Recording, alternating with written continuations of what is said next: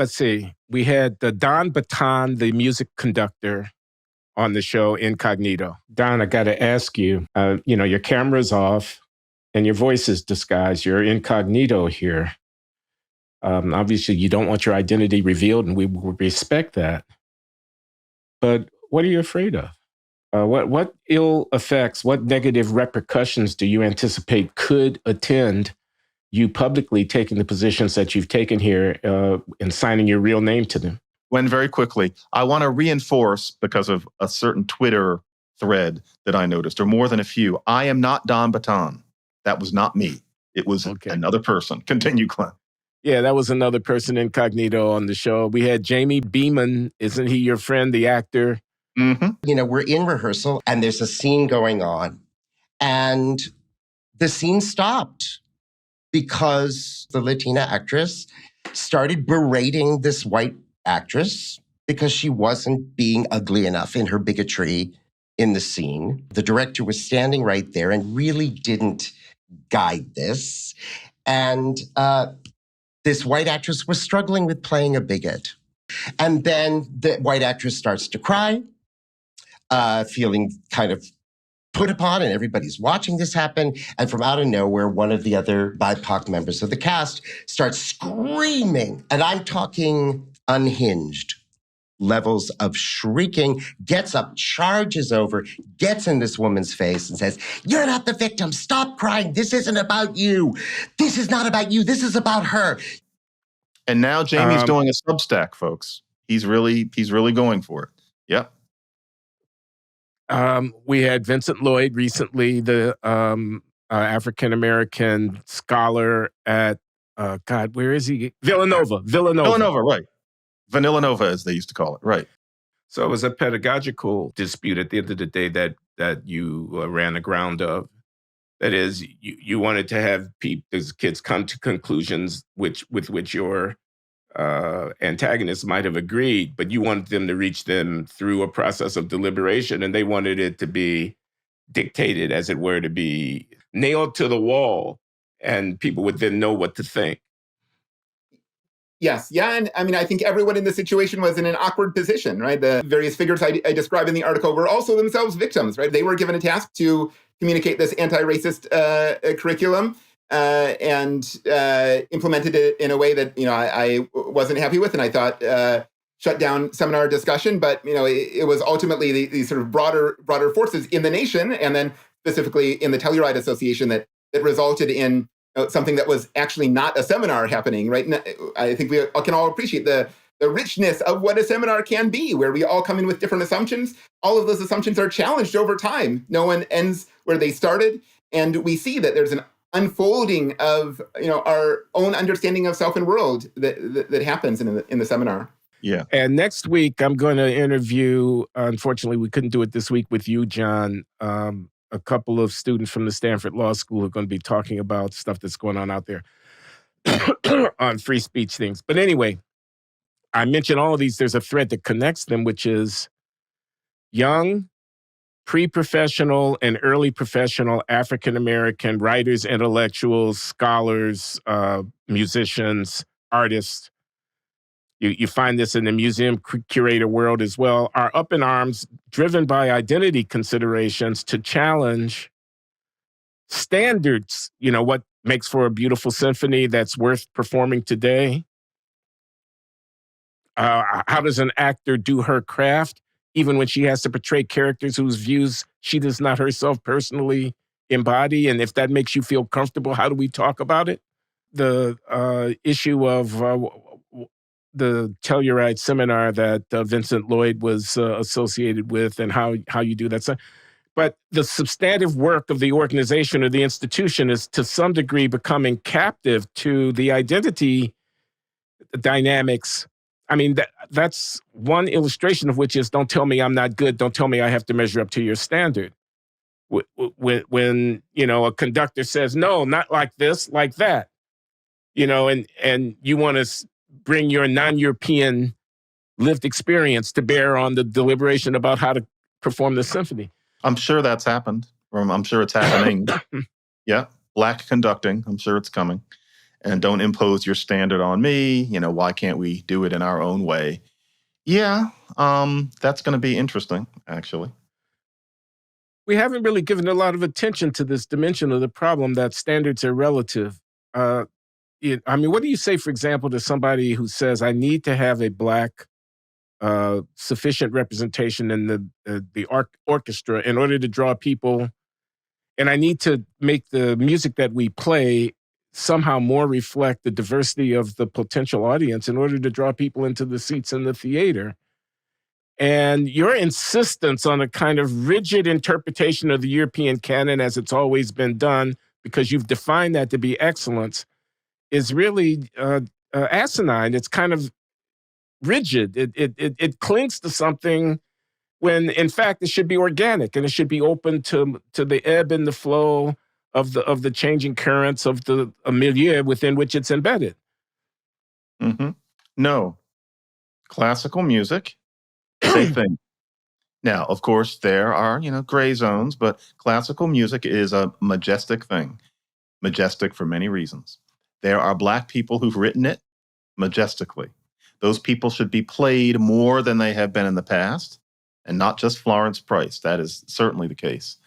But the idea that if there are only so many Black bassoon and oboe players, that if there are only so many Black people in the audience for classical music, if it's below 13%, then there's some sort of tragedy, and it means that Black people are not welcome, that the symphony orchestra isn't welcome to Black people.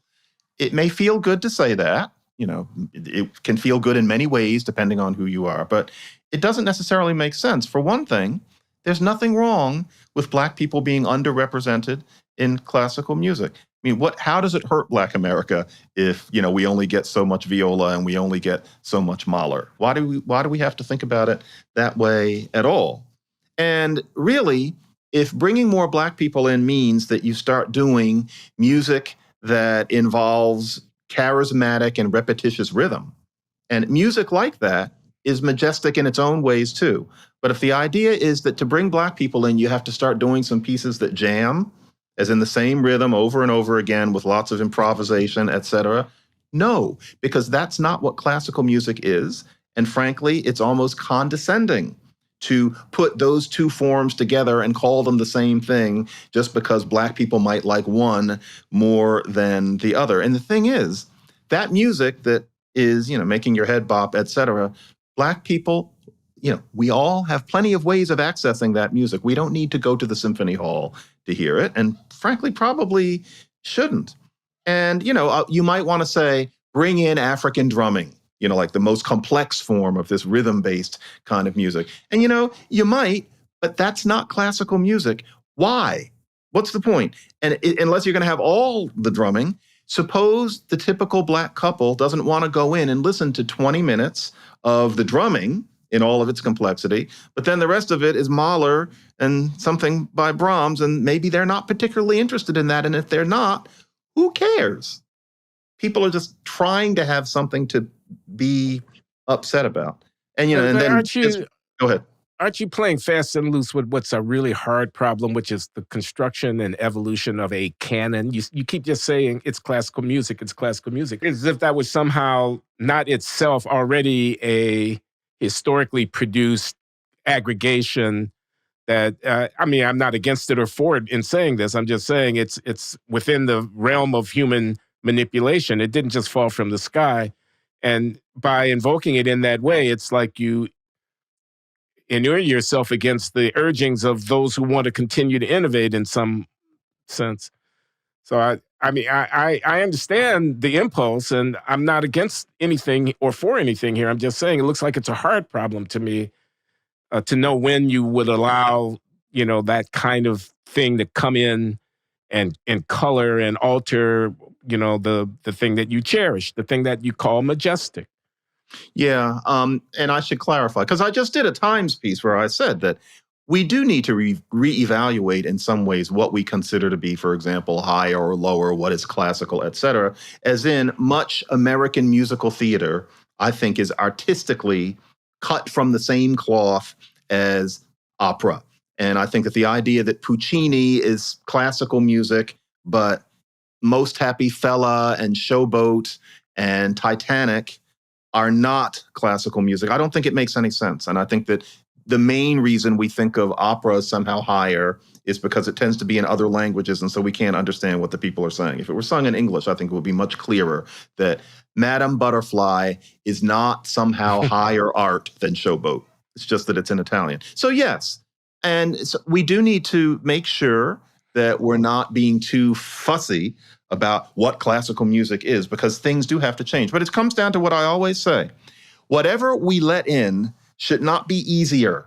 The idea should not be to make it less of a challenge to appreciate, to make it less artistically rich. And what's artistically rich? What I mean is, if the music, unless it's a particularly elaborate form of it, if it's based on the same thing over and over and over again, where your joy in it is the charismatic feel that it gives you to move your body to it. If the music is jamming, that's not the same, nor is it the same if you're doing something that would make more sense at a Pops concert. Now, a Pops concert might have some really good music, but if you're doing something like the overture to Fledermaus, except set to a disco beat, or if you're doing John Philip Sousa marches, which are, so easy.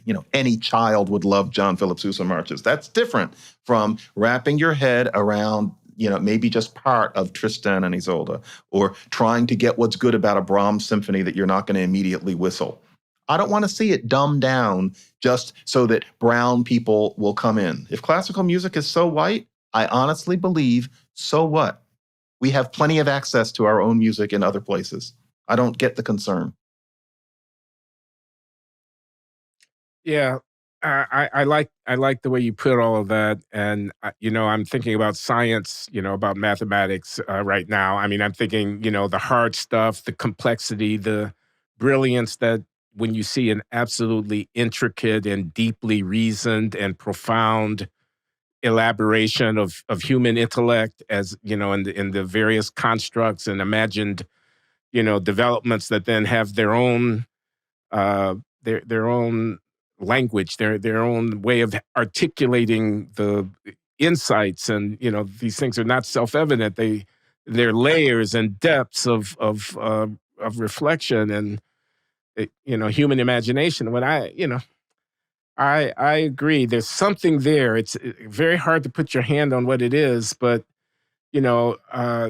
pop science and science are not the same thing. Mm-mm. No, there are rankings. Not even close. There are rankings and there are classifications, and some people are going to say, "Oh, we got over that lowbrow, middlebrow, highbrow stuff decades ago." But no, a lot of it was thrown out rather deliberately because people didn't want to hurt Black people's feelings once again. And there's plenty of high art that's come from us. Our feelings, we don't need to be preserved in that. Our feelings do not need to. You remember when I used to speak English? Our feelings do not need to be catered to that extent. But yes, of course, there is highbrow, middlebrow, and lowbrow. I find those classifications very easy, and it has nothing to do with white and black. But everything is not the same. A fifth of Beethoven. Remember, remember Beethoven's fifth set to a disco beat? Yeah, I remember the pop version of that. Yeah, I remember that being played in the street. It's damn catchy. It's not as good as the real thing. It's not that everything is music. Things can be ranked. I was just going to observe, I think there's a theme here about, the visceral, the thing that comes up from the loin, the thing that is when it's a brainstem thing, you're not thinking about it.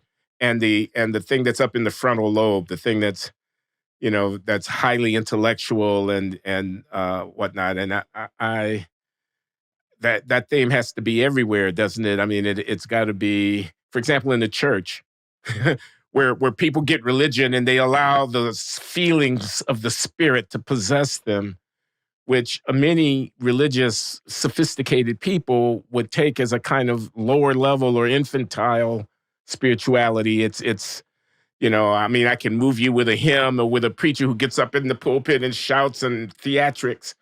But have you actually thought deeply about the dilemmas and the impossibilities of, the kind of thing that an Aquinas or somebody or the guy Augustine in City of God or whatever would be, grappling with the meaning of life at some more reflective or deeper level?